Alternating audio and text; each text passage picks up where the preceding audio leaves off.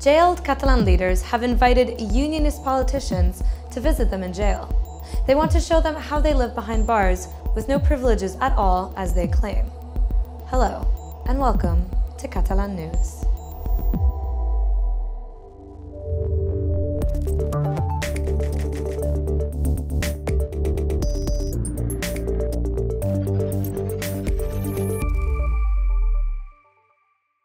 The Spanish government has difficult times on the horizon.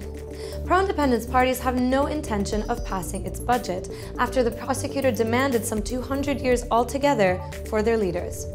On our show, you'll learn the details of the upcoming trial, and we'll also get you the record-breaking figures for this year's Manga Fair. Many have visited the leaders in pre-trial detention since they were incarcerated.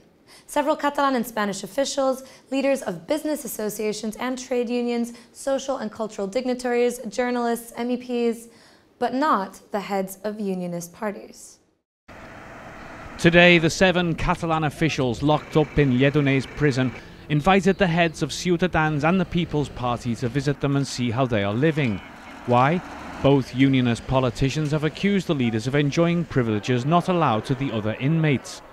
Yet both of them turned down the invitation, something that didn't please the Parliament Speaker. La senyora Arrimadas I el senyor Albiol haurien d'haver anat a la presó des del minut 1 I haguessin demostrat una mica més d'humanitat. This comes only a few days after the Spanish prosecutor requested prison sentences totaling 177 years for the leaders charged with rebellion. Meanwhile, the State Solicitor General, representing the government in Madrid, demanded that altogether they remain behind bars for more than 100 years. This had an immediate result. The pro-independence party said they will not back the 2019 Spanish budget, which needs their votes to pass in the chamber. Yet the Spanish government insists on keeping the two issues separate. Mezclar la negociación presupuestaria con otras cuestiones no es deseable, particularmente si esas otras cuestiones están en un ámbito tan separado de aquel en el que puede influir el gobierno como es el judicial, ¿no? Yet politics and the legal case are unlikely to remain separate, as the trial is likely to go on for a long time. We can expect that at the beginning of the next year will be the beginning of the trial, and then it can last for some months, probably.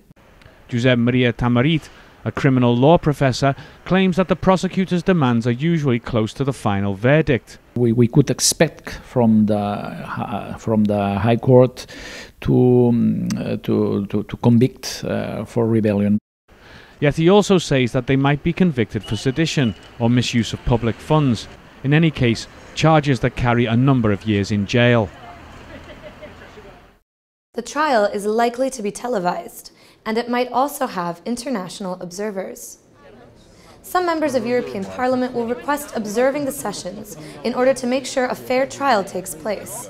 This was announced today by a delegation of European representatives, including the French trade union leader José Bové, after visiting those incarcerated in the Lledoners prison. He claims the conditions in which they will face the court will be far from ideal. Les conditions dans lesquels ils vont être sont inacceptables.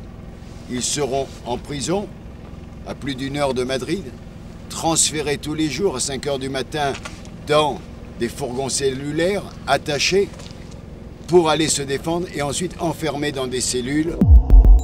Last week we told you about a large-scale police operation against drug dealing in Barcelona's Old Town. And according to the police, the dozens of empty flats being used as places to sell drugs were run by a very violent Dominican criminal organization. Now it's been dismantled, say authorities, after 58 arrests and 40 raids to such flats known as narcopisos. It was the largest network ever seen in Catalonia. Moving on, Barcelona's local government has filed a lawsuit against 6 judges from the times of the Franco dictatorship. The reason? They sent over 500 people from the LGBTQ community to jail in the years from 1956 to 1977. The council, led by Ada Colau, is accusing the magistrates of crimes against humanity. And although they have the names of the judges, they don't know yet whether the individuals are still alive. In the coming months, Barcelona will pay tribute to the victims of the final years of Francoism. If you saw people dressed up in Barcelona this weekend, it might not have been for Halloween, because the Catalan capital hosted an unusual event dedicated to Japanese manga. Imagine over 150,000 people, some dressed to the nines in all sorts of colorful costumes. This is the scene that took place at Barcelona's Fira de Montjuïc venue at an event dedicated to Japanese comics, illustration and cartoons, the Manga Fair. The event ended on Sunday after 4 full days with more stands than ever, over 209% increase from last year. Here, attendees found everything from collectibles to plush toys to apparel and decorations, and organizers are very happy with the results, but they don't want to stop there. There's still room to grow, they say. Cada vegada també creixen les vendes en manga, també creix l'interès en l'anime i no només, sinó que tot el que envolta a la cultura japonesa, al Japó. And this year's Manga Fair catered to a variety of interests. Not only was anime featured, but also other called genres got their moment to shine, as did traditional Japanese activities.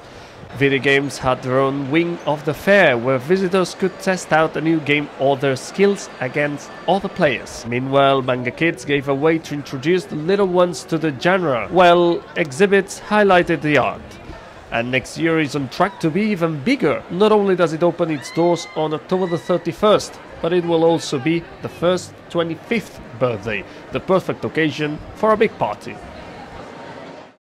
And to put an end to the show, we leave you with music of Nasir Shama, one of the all-time top players of the Arabic lute called the oud. This traditional instrument takes us not only to the Arabic world, but also reminds us of Andalusia. Enjoy, and we'll see you back here tomorrow.